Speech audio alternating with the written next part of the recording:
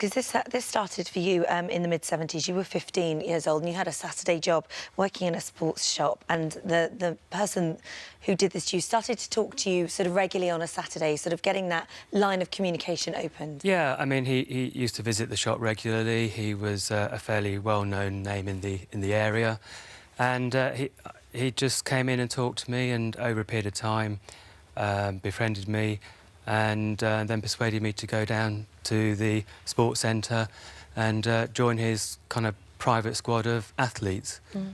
And when did it become more than showing an interest in your sporting prowess?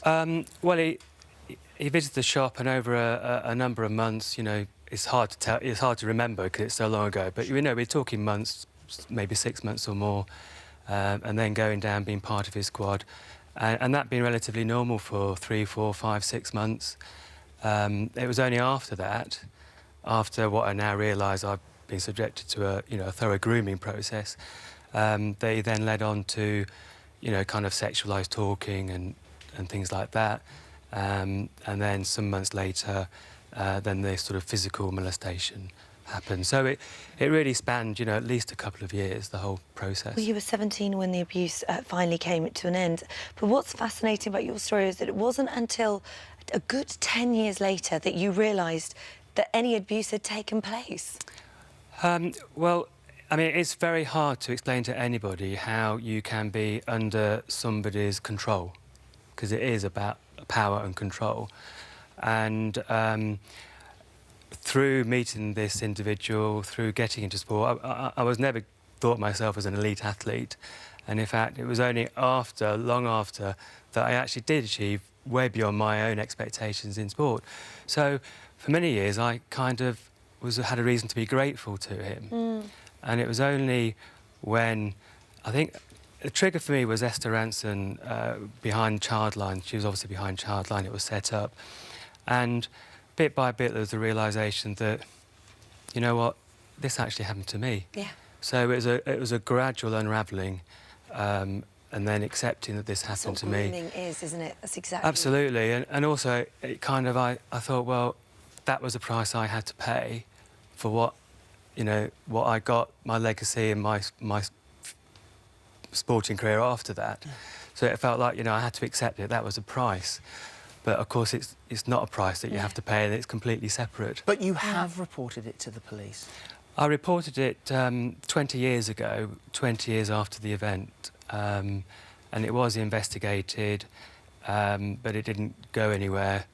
They couldn't find anybody to corroborate what I was saying.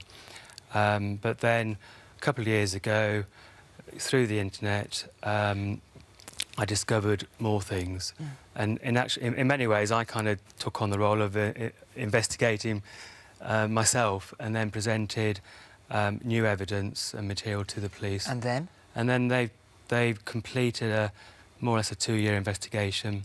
It went to the CPS. They initially said that there wasn't a realistic chance of conviction. So it's now in the appeal. So obviously I can't talk about the specifics. No, but I've got to say, we have more knowledge than probably I would like this morning about this. It makes it very, very difficult for me, and we have to be so careful what we say. Yes. What I am going to say is that there would appear to be evidence that this man is still abusing children. Absolutely. Yes. And so the information that you have given to the CPS, to the police, and I should also point out that the man has moved, and I'll just say elsewhere. Yep. But as we sit here now with this knowledge, this guy could still be abusing children. Yep. And I think what I would like to say is, because this happened so long ago, the law at the time was different. So my case comes under the 1956 Sexual Offenders Act.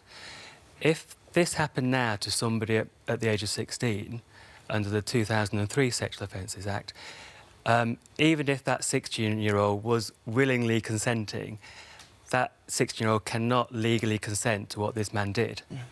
But the key thing for the CPS is that,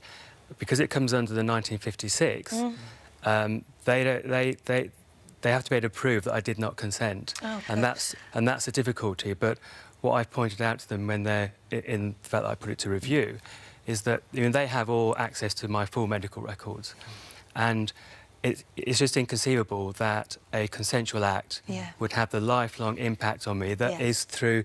You can see throughout all my medical records. Yeah. Yeah. Oh gosh. And I've had to read all those and relive everything Yeah. to get to this stage. I'm And so Charlie, sorry. Gosh.